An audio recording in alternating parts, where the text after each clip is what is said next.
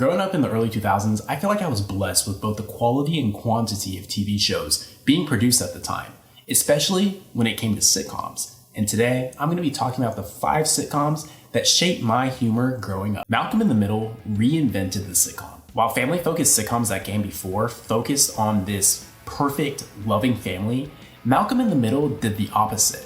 They centered their show around a dysfunctional family that had almost nothing figured out. Jason Hellerman writes, "The first television show that ever spoke to me was Malcolm in the Middle. I mean that literally.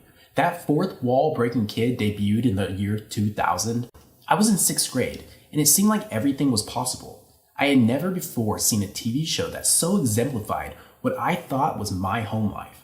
The chaos, the yelling, the pranks all felt so warm, inviting, and terrifyingly accurate. This is something that I and thousands of other people around the country related to, and it was comforting to see it on TV with your family in the room and be able to just laugh and say, hey, that's us." It's the first time we see a sitcom about a middle-class family struggling to get by. The show has a meta style of humor to it, with Malcolm breaking the fourth wall to talk to the audience, and it really just pulls you in, making you feel like you're a part of the family. One of my favorite aspects of the show is that while the show is centered around Malcolm, everyone in the family plays their own part, and they have their own little side quest going on in every episode. For example, in season 1, episode 16, titled Water Park, when the family goes to a water park, we see Malcolm and Reese, they're pulling pranks. Lois and Hal, they're just trying to enjoy their day off. Francis, we see Francis up in military school, he's having a pool duel with Commodore Spangler. And what's Dewey doing? Dewey's chasing a balloon through Chinatown. Man's on his own little mission. He does not care about the rest of the family because they left him behind. No one can stop this man. He cannot be contained. The writer's ability to give every character their own sub-story while Malcolm's main story is going on is impressive in the way that they're able to keep it hilarious and entertaining. Even the side characters like Stevie and his family, the cadets at Francis's military school, the Krellboynes, and one of the most out-of-pocket characters to ever grace my screen, Craig Feldspar, are hilarious. There you go. Thanks for shopping Lucky Aid. This has mustard on it. That's what I tried to tell you, you old bat! Now you're gonna take it to your dog and make it like it!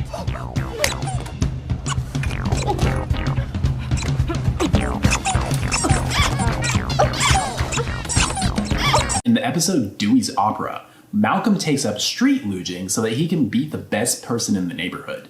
Turns out that person is his best friend Stevie. You think that's gonna stop Malcolm from trying to be the best? No. And when I tell you this episode had one of the funniest, unexpected things that ever happened in a sitcom, I mean it. Oh my God, Stevie, no!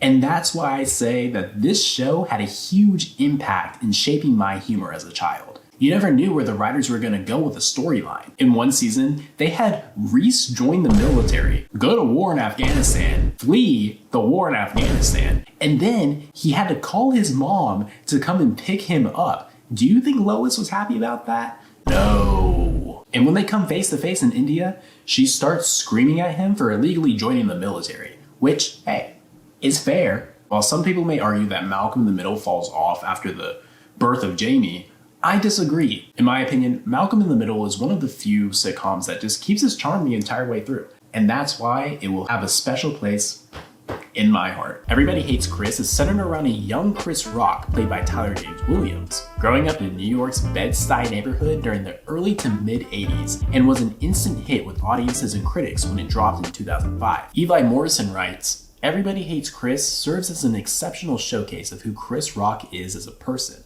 The show is honest, topical, and of course, hilarious. Chris Rock's ability to take the most mundane thing to happen to a person, like missing the bus, or losing the class presidential race, and exaggerate the details of the stories to make it both hilarious and entertaining, is what makes Everybody Hates Chris work. In season 3, episode 6, Everybody Hates Bed-Stuy, Chris joins the school newspaper and is determined to write a meaningful piece about shopkeep and his boss, Doc. After he writes it, everyone instantly thinks it's boring. They were expecting something exciting and entertaining to come out of this neighborhood in the projects. After taking advice from his friend Greg, he writes a fake story about coming face to face with a fake serial killer that he calls the Scissor Killer. Now, Chris thinks this story's only going to be read by a few people at school.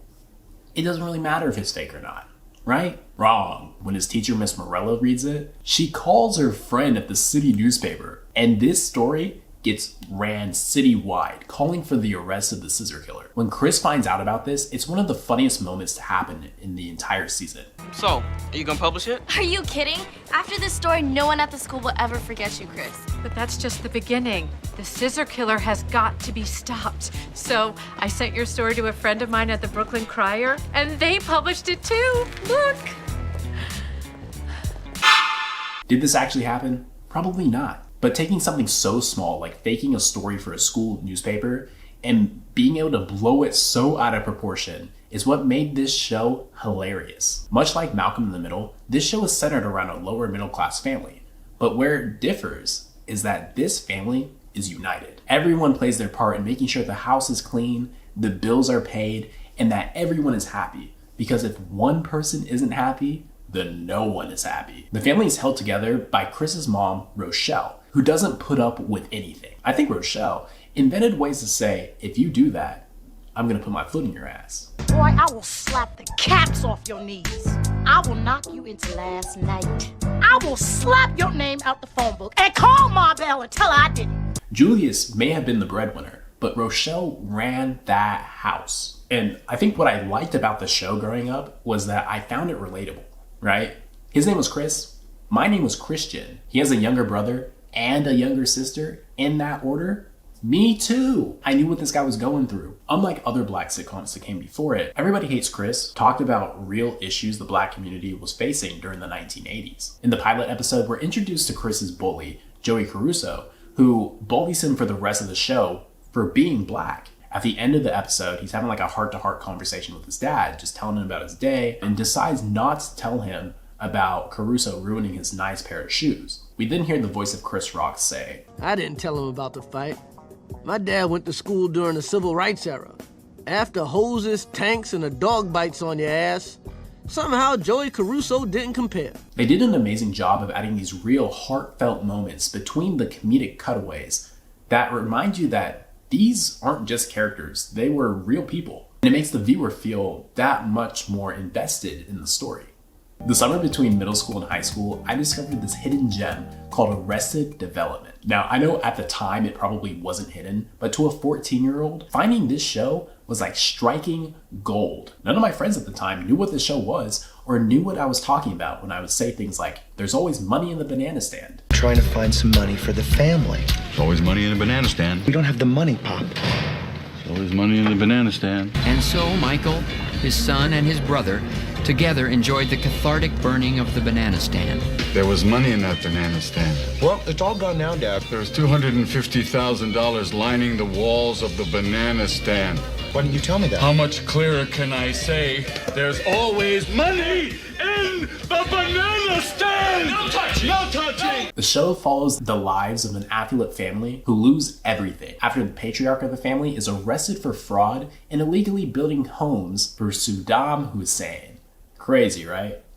This show's awesome. As we follow these characters, you very soon realize that the people in this family are extremely out of touch and insane. This show is weird, but that's what makes it hilarious. It uses both this absurdist and cringe style of humor that really makes you wonder how they were able to get away with some of the things that they wrote into this show. Like George Michael having a crush on his cousin Maybe. And as I say that out loud, even I'm like, Christian, what the hell were you watching at 14? But trust me on this show is great. One of my favorite things about Arrested Development is the running gags and callbacks they do throughout the entire series. And one of my favorite running gags revolves around George Michael's girlfriend, Anne. Anne is portrayed as being boring and not having much of a personality, and most of the people in the family question why George Michael is dating her. Anytime George Michael talks about her to his dad Michael, he always responds with, her? In season 2, episode 2, titled The One Where They Build a House, Michael sees Anne eating a hard-boiled egg and then proceeds to call her Egg for the rest of the series. She's got a little hard-boiled egg going there. Oh, it's so cute. She sometimes takes a little pack of mayonnaise and she'll squirt it in her mouth, and then she'll take an egg and kind of, she calls it a may-and-egg. Are you okay? I don't feel so good. You know, I kind of want to buy her a diamond. Her? Anne. I mean, I know I can't afford it, but Aunt Lindsay was telling me about this diamond cream.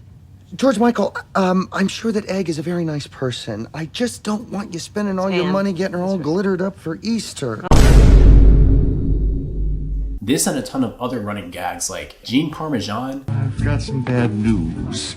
I'm Gene Parmesan. How you doing? He got me again! Job saying, "I've made a huge mistake." I've made a huge mistake. And George Michael's sad Charlie Brown walk are what make this show stand out from the rest. I would be lying if I said that Arrested Development holds up the entire way through. It's no Malcolm in the Middle. Because of lack of viewership through season 2, the show was canceled in 2005 at the end of season 3 and was kind of left on a cliffhanger. The show was then picked back up by Netflix in 2013 for season 4. And season 5 wouldn't come out till 2018. Because of that 8-year difference between seasons 3 and 4, characters like George Michael and Maybe were significantly older, which created plot challenges for the writers, ending in a time skip that would send George Michael to college. While there are still a ton of good jokes in those later seasons, you can tell that there's a significant drop in quality. By this time, actors like Jason Bateman and Michael Cera had already moved on to bigger projects and didn't have as much time to dedicate to these later seasons of Arrested Development. Between seasons 4 and 5, Elias Shawkat, who plays Maybe, was the lead in TBS's Search Party, which, if you haven't seen that, it's amazing. It's on HBO Max. This is not sponsored, by the way. But because of that, she isn't in season 5 as much, which goes to show that you can't take forever to put out a season of television, or else you risk losing your talent. With all that being said, seasons 1 through 3 still hold up in my opinion. They're hilarious, they're fun to watch, and they will always have a special place in my heart. Community might be one of the most random shows to come out of the early 2000s. The show follows a Spanish study group at Greendale Community College and their various antics across 6 seasons. This show was chaotic, but it was smart. The way they meshed this meta and surreal style of humor hadn't been done before, and I honestly don't think it's been done since. This is also the first time we see this group of people who have absolutely nothing in common be the center of a sitcom. In the sitcoms I've talked about so far, all of the characters have been family members. They all live together, so there's this forced proximity that causes chaos. In Community, they don't. They're a part of this study group by choice. You have Jeff, the disgraced fraud of a lawyer, Annie, the straight-A student, Troy, the ex-jock, Britta, the social justice activist, Abed, the socially awkward media buff, Shirley, the super religious mother, and Pierce. That's all I have to say about Pierce, because I hate him. That's right, I hate Pierce. To me, he's the worst character in the entire show, and the best thing he did in the entire series, spoiler alert, I'm about to spoil something, was die. The show also has a fat stack of recurring side characters like their Spanish professor Chang and the dean, who cause chaos for the group. In season 3, episode 14, titled Pillows and Blankets, Troy and Abed build a pillow fort, hoping to beat the record for the world's largest pillow or blanket fort. Troy and Abed end up getting into an argument that somehow leads into a civil war between the blanket town and the pillow town in the cafeteria. Professor Ben Chang, who is now the head of security for Greendale, is sent in with his security force, who would later be known as the Changlorious Bastards, that's made up of middle schoolers, to break up the riot. After successfully stopping the riot, the dean gives Chang authoritarian power over the students at Greendale, and he takes over the entire school. That's the kind of chaos these side characters are causing for our main cast of people. Did Troy and Abed cause a riot to break out in the cafeteria? Yeah, sure. But we're 3 seasons into the show at this point, so we expect this kind of behavior from them. We don't expect Ben Chang to turn Greendale into a police state. We know he's crazy, but at this point, he's not dictator crazy. And one of the things I love about this show are the concept episodes they do every season, like the Pillow Fort episode. The first season introduces a paintball episode that has the students compete in a campus-wide, all-out paintball war. Has everyone lost their mind? It's just a game of paintball. Yep, with one rule, last man standing gets the prize.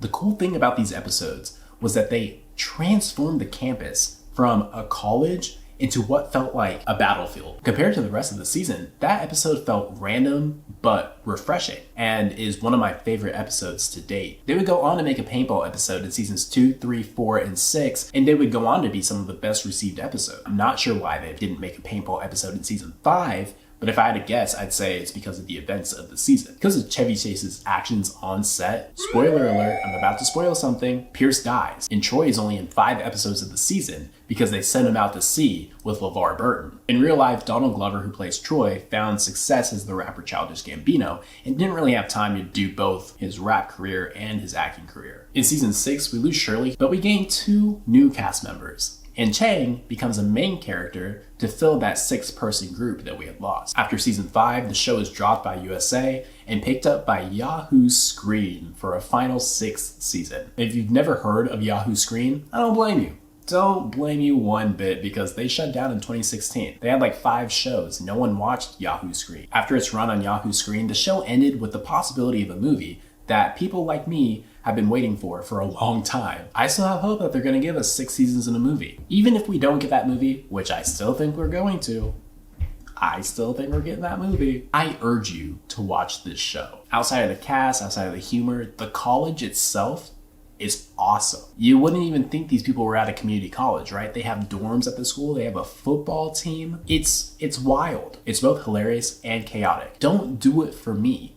Do it for them. Troy and I met in the morning. Scrubs was the first sitcom I fell in love with. Outside of Cheers, I would say this was the beginning of the workplace sitcom. And if there was anything a workplace sitcom did for me, was make me realize how much I didn't want to do that job. Should I be a doctor?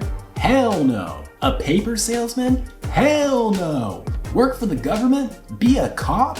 Hell no! I instead became a graphic designer, which is its own hell. But I didn't find out through a show. I found out the real way, behind my desk, at work. The show revolves around a group of doctors at Sacred Heart Hospital as they work their way from interns to full-time residents. And to me, it's one of the most down-to-earth sitcoms to come out of the early 2000s. While the show is centered around working at a hospital, it really focuses on the relationships between the doctors, the nurses, the administrators, and even the patients. JD and Turk, who are played by Zach Braff and Donald Falson, who you've probably seen from those awful T-Mobile ads, are college best friends, roommates, and interns at the same hospital. And while the main character of the show is JD, we get to see the relationships that Turk makes as he navigates becoming a surgeon. There's Dr. Elliot Reed, who is an intern alongside JD and Turk. Nurse Carla, Dr. Perry Cox, who is their tough mentor and teacher. Chief of Staff, Dr. Kelso. The janitor, who for some reason makes it his mission to torture JD every chance he gets.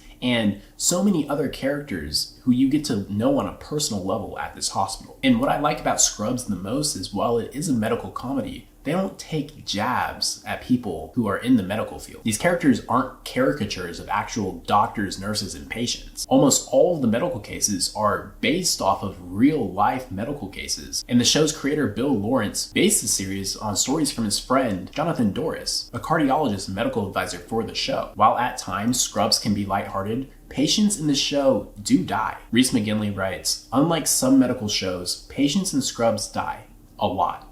But as doctors, they cannot let it affect their day-to-day work, even though at times it does. By all accounts, the way people do die, the way there is no magical medical cure for every basic disease, and how the doctors, nurses, and staff have to deal with constant death is something Scrubs does very well. While shows like Grey's Anatomy and ER either make up or dramatize the details of these medical cases, Scrubs doesn't, which is weird because you'd think that if anything would, it would be the medical comedy. Right? You think they'd be making things up for laughs, but they don't. And while I do think this show is funny, there's something we gotta address. All right, we gotta address something. There are a lot of jokes from the earlier seasons that don't hold up. And they have a lot of jokes that are sexist, racist, ableist. All the things that Pierce from Community is, that's what these jokes are. In fact, there's a character called the Todd, who is a walking HR violation. So, how's surgery? It rocks. But my bedroom, that's where I really operate. I don't know how this man walked into this hospital and got a job, but he did. The show itself ended in 2008 after Zach Braff left the show and was picked back up for an infamous 9th season. The reason why it's infamous is that they try to recreate the season 1 feeling by having a new group of interns at the new Sacred Heart Hospital taught by JD. Zach Braff returns, but the season isn't about him. It's about these new kids who we've never seen before. Usually if you're going to introduce a new cast of characters that's ultimately going to replace the current cast, you're gonna introduce them over the course of 1 to 2 seasons, like they do in Degrassi. They kept that show going because they would introduce a new cast of characters every season. Drake was a part of 2 classes, and while he was in that second class, we already had 3 other classes of kids below him that would ultimately take over the next 5 seasons of the show. The Canadians knew how to keep a show going. Will I be revisiting Scrubs? Probably not. But for where I was at the time, 8th grade, this show was fun, it was endearing, and aside from the Todd, it was funny. And those are the 5 sitcoms that shaped my humor growing up. If you like this video, let me know. I plan on doing more essay style videos where I talk about just TV and movies. Also, let me know what sitcoms you enjoy in the comments. I'd love to know what you watched growing up or what you're currently watching. And I'll see you next time.